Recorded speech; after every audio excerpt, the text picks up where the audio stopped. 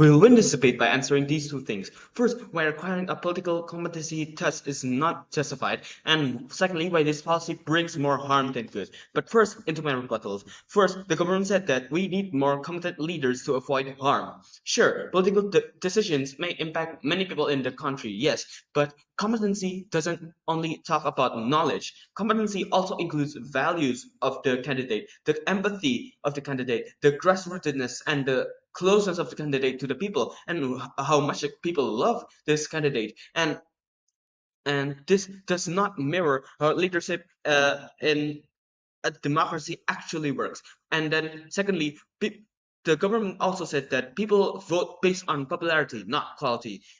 Yes, voters, even if voters may choose these candidates for shallow reasons, but that doesn't mean we should take away their choices. Rather than taking away voices that we are close to, rather than taking away voices that are close to them, educate them on politics and what makes them good, good political leaders, so that they can choose wisely. And then thirdly, is that the government the government said that the test can be neutral and objective, but no test is actually ever neutral.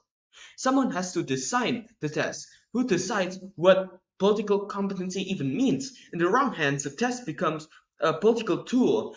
Even if well intentioned, it risks favoring the educated elite and sidelining minority voices. The government doesn't explain this, and therefore, that is their negative point. And then lastly, they also said that we do this in other fields like doctors or pilots, but Reliance panel said politics is different from these fields. These fields perform technical procedures. The politicians, they represent the people. That means their power comes from being chosen, not from passing a test. Democracy means giving power to people who do decide who best represents them, regardless of their test score.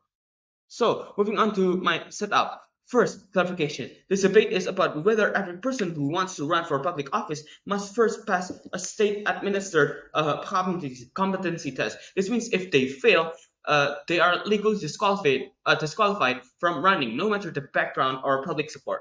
And then motion identification. This motion is this House would. That means it is a policy motion, and therefore the burdens of proof that the opposition must prove to win is that two things. First, we must prove that requiring a political competency test is fundamentally unjust because it violates the democratic right of every citizen to run for office. And secondly, we must prove that the policy would lead to real world harm, such as exclusion from capable grassroots candidates and potential politicization of the test itself, and the corruption of the test in the wrong hands.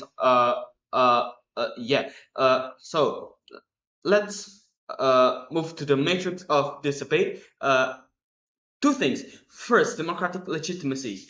Whether this policy respects or harms democratic values and people's right to representation. And secondly, impact on representation. Whether it improves or worsens equality and diversity of leadership and political inclusion.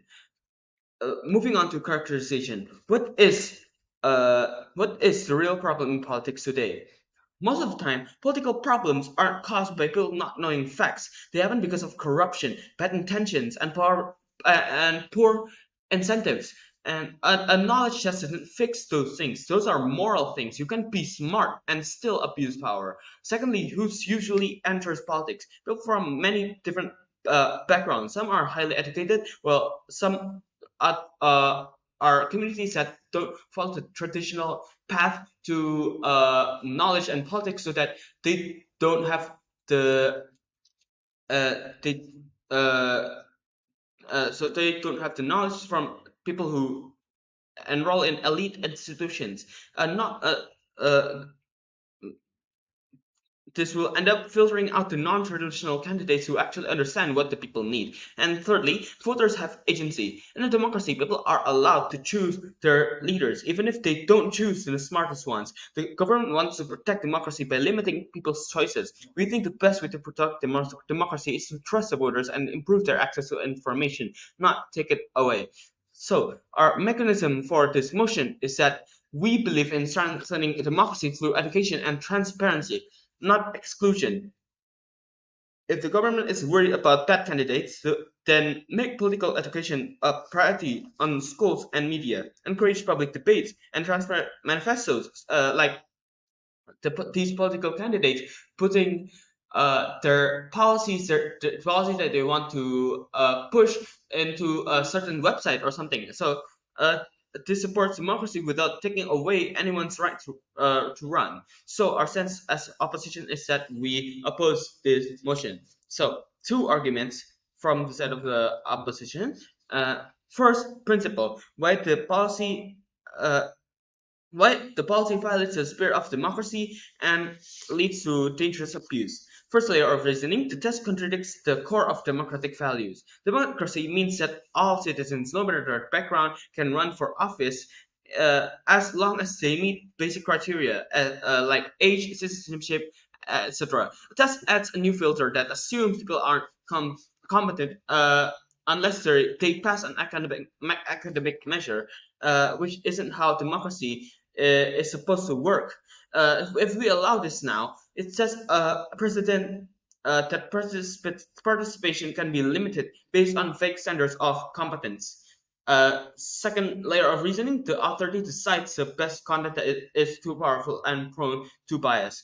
No matter how well designed, the test would be created by a small group of people, likely those in power. These people can impose their political values and political beliefs on these tests and make it biased towards their political party. In countries with weak institutions or political polarization, this can be used to silence opposition or minority voices. And third layer of reasoning, it opens the door to elitism and structural discrimination. People from marginalized or rural areas might lack access to test preparation, not because they're unfit, but because they were historically underserved. It will further concentrate political power in the hands of the educated elite, excluding valuable perspectives from non-traditional backgrounds, and it wrongly assumes that knowing political theory or laws equals good leadership.